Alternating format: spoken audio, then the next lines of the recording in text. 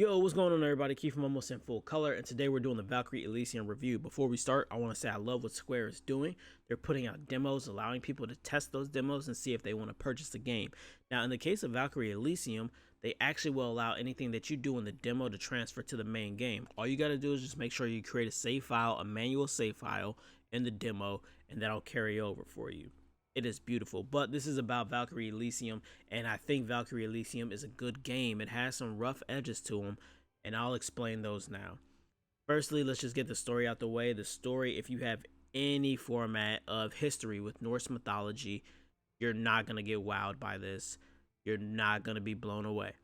In fact, you'll probably know more about what's going to happen than the main character does. And with that comes a caveat that may be a benefit, because now you're paying attention to the main character a little more and seeing how she's taking in the information that you kind of already know is going to happen. If you have zero information about Norse mythology, I think you will like this story. I think it will prove to be a good story for you to check out. A lot of treachery and things going on. I'll leave it at that. As far as the story goes with voice acting and whatnot, the character Aegon does a great job at carrying the story, not making it feel drab, dry, monotone, and all that. The main character feels drab, dry, and monotone, and you see her grow through the game, and that makes her a little bit more appealing. However, Aegon is the one who definitely carries things. He keeps all the party members engaged. It's really good. I really enjoy Aegon's character, and I think they did a really good job with that character, and the voice actor did a good ass job too. There is a little bit of a gripe I did have. If you have a big gripe with lip movement and audio, I highly encourage you to play the game with Japanese audio and English subtitles. If you're an English speaking person, you will see a lot of that in your what I would call standard cutscenes. In your full-blown cutscenes that are, really nice and touched up, those don't have that issue. It's only kind of your standard cutscenes that you have that issue, where you have your party members talking to each other or you're talking about the next thing to do. You will notice that a lot. It's bad. It's really bad. It doesn't bother me that much, but it was enough for me to be like, oh God, this is really horrible. And in some moments, there is no lip movement at all. It's just like, the person shaking their head. Also, in some moments, you'll have your party members talking to each other, but they won't face each other. Their head doesn't even tilt towards each other. So it's a bit of a miss in that area right there.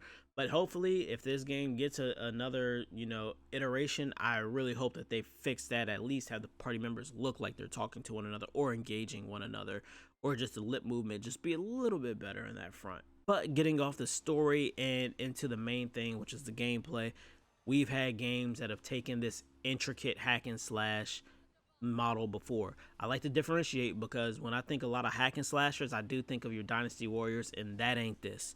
This is more of an RPG hack and slasher, but think of Devil May Cry, Bayonetta, Scarlet Nexus, games where, yes, you do have a skill tree, and that skill tree does help you pull off different moves. However, your enemies aren't slouches. They will abuse you if you are not careful. Also, speaking of abuse, I highly encourage that you play it on hard. Normal's not bad, but hard will definitely ensure that you approach every fighting situation a little more tactfully and understand what's going on. Speaking of what's going on, all enemies have a weapon weakness. You'll get a ton of weapons, and they'll each have a weapon weakness. So you kind of want to figure out what their weapon weakness is.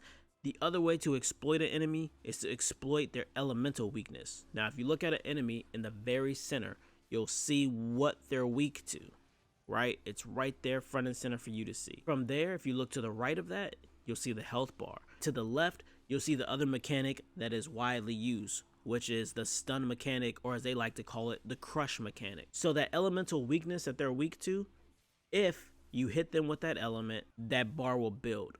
Once it fills up, they are what is known as crushed. Once they become crushed, they will become still, allow you to wail on them and just tee off on them. You can actually take that a step further. You can immobilize them, and you do that by hitting them with that same elemental affinity once more, and then they become immobilized, allowing you to hit them even further. Once they come out of this state, if they're still alive, they actually will be immune to having their stun meter built up again. They still will be weak to whatever element that they have on them, but they will be immune to that stun meter being built up. So you want to go back to working that weapon weakness, or whatever the case may be, on how you wish to exploit their HP bar and, take them out. You can exploit that elemental weakness through spells that you get, or you could utilize your party members. You actually summon out your party members and they can come out onto the field. Really cool thing about your party members, you can really tweak how you want them to come out. You can tweak which moves they come out with and what they do. You can tweak how much time you want them on the field when they come out. It's really cool and it's really intricate, and it has a lot of tweakability slash, like, you can really customize gameplay, and this is one of the ways that you definitely can customize. If you are a type that you want to be in the ad's face, you want to be knocking them around, juggling them, well, having your party members come out casting a spell might not be the best depending on the spell type, because you might knock them out of the spell, the area of effect of that spell. So you may want to choose for that party member to come out and do something else when they're out on the field, and vice versa. You know, if you're one back there casting spells and that's how you primarily wish to play, and you have your ad or your teammate coming out knocking people around, well, that's gonna hurt you as well. So you kind of really want to figure out how you want to attack these situations and how you want to do that. There are tons of subquests, and at first I kind of didn't like the subquests, to be honest with you all. You will be on a mission, and on that mission you will find a person giving out a quest. So once you pick up that quest, you actually cannot do it right then and there. You actually have to finish out the main quest, and then when you come back to the Atlas, you will then have the opportunity to launch that subquest. Once you launch it, it actually functions as its own mission.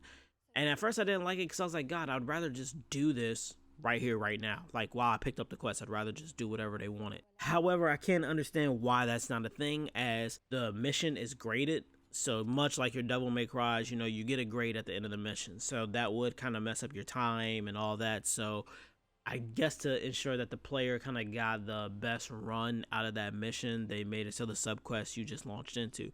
You also get grades on your subquests as well.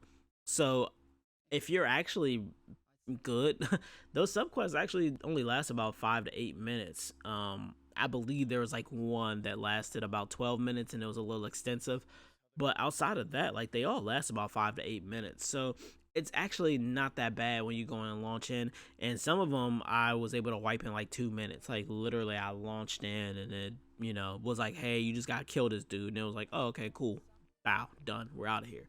So some of the subquests, and all the subquests, give like really good stuff. So I highly encourage anyone to do the subquests. A lot of people said that the game was 20 hours. Yeah, it's like 20 hours if you do everything. Like, I got every collectible. I did almost everything. The only thing I have not done is triple S, my proficiency in every weapon. And I was able to do everything. Maxed out all weapons, maxed out all skills. And that's what took me 20 hours.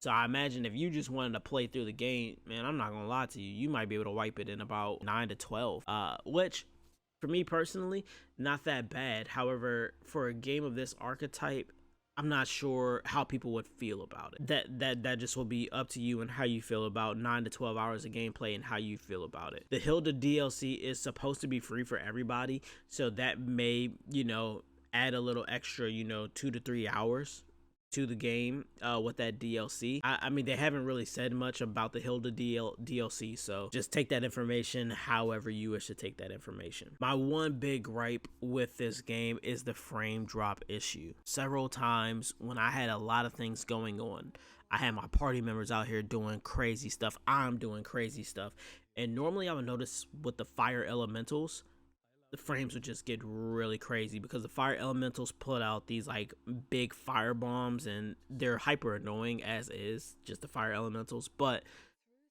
when the fire elementals, I've noticed, do stuff, it just kills the frames and things get real choppy. In a game like this where you're meant to be ultra fluid, just fast paced movement, you're trying to, you know, afflict them with elemental weakness stats, it just really kills the vibe in the mood when things are starting to get choppy like that. Camera angles also get really wacky sometimes depending on where you're fighting at and what you're doing, so do be careful and mindful of where you're fighting at. If you're fighting against a wall, that's really not like a good place, and that's not even to say like the ad is pushing you back. Like, if you're pushing an ad against the wall, sometimes the camera angle just gets a little jacked. And thirdly, I really disliked how you aren't able to really cancel out of anything. Like I said, we've seen other games take this model before, your Devil May Cry's and your Bayonettas, and they definitely have showcased a really cool feature in which it's, you know, canceling out of a move and going straight into defense and then still keeping the combo going. I mean, that's kind of like the bread and butter. Is I mean that is the enjoyment factor for me anyways of these types of games. Attacking until the very last second, parrying out, dashing out, whatever the case may be, and continue to doing fly stuff. And even outside of that, you know, doing that.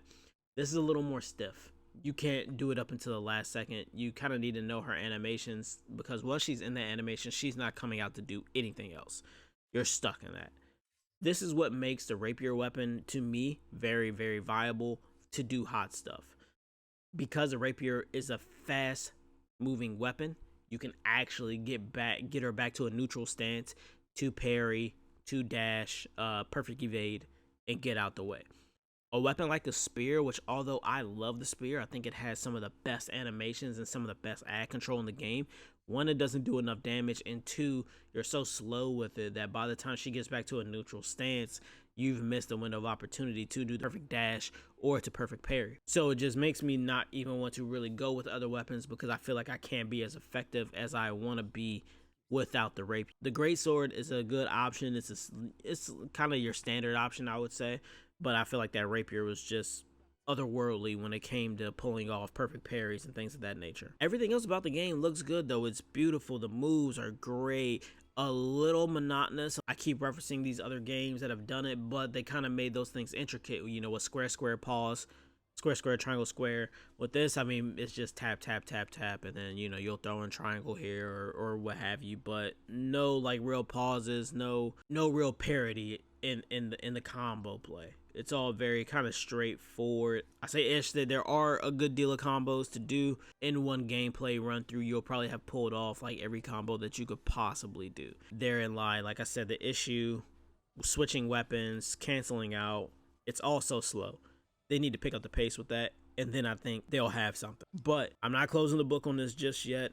That's where I'm at with that. I just hope they pick up the pace. For anyone looking to get in this game, I mean, if you are a big fan of the Devil May Cry series, of Bayonetta, and you're just looking for something to hold you over, this would be a good game to get now. However, I would urge anyone to wait till it drops to about $40 or so. I think that'd be a good price point to get in on this at. Not that the game is bad at all. It's just, you know, like I said, 9 to 12 hours of a main campaign. And, you know, you'll have about, you know, 8 additional hours. And if you want to be a completionist like myself, you know, it's going to, you know, maybe take 25 hours to complete every single thing, and that's if you're trying to S every mission and whatnot. The game has elements there. If you're familiar with Norse mythology, the story doesn't really take you, so but even if you aren't, I feel like the story isn't going to really take you. I just think that you would appreciate it. Therefore, like I said, $40 I feel like is a fair assessment for this game for me. Good game though. Has really good elements, and I just hope that they, you know, with the next iteration, hopefully they do another iteration of this, because I think it does have potential. Just a lot needs to be fleshed out right now, but once they get to that point, I think they'll be really in a really good space, and I can't wait to see what they do with the next one in terms of expanding upon what they have right here with this formula. But that's going to do it for this one, ladies and gentlemen. Thank you for tuning in. We'll have very busy times coming amongst us soon, with Bayonetta 3 dropping, with Star Ocean dropping, and God of War. All these other games that are coming out. We're hitting that busy time of year, so make sure you hit that notification button, the subscription button, so you see what we got going on, all right? Thank you for tuning in, and as usual, peace, be blessed.